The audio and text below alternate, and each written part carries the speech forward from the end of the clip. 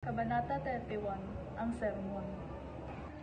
Isang malaking kamalig ang inayusan upang masilbing simbahan para sa misa ng kapistahan. Maaga nagsidatingan ang mga panauhin at opisyal ng bayan upang masilayan ang buong misa at makinig sa banal na salita.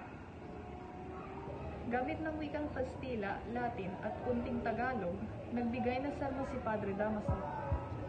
Itinoon ng pari ang kanyang mensahe tungkol sa mga panuluwa at purgatorio. Dahil sa kanyang sermon, tumayo ang isang bata ng Manilenyo at tuluyang lumabas sa simbahan.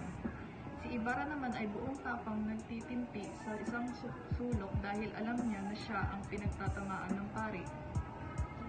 Anumang gawin, sigaw at kumpas ni Padre Damaso ay hindi pa rin niya napigilan ang mga tao na makatulog sa haba ng kanyang nilita niya.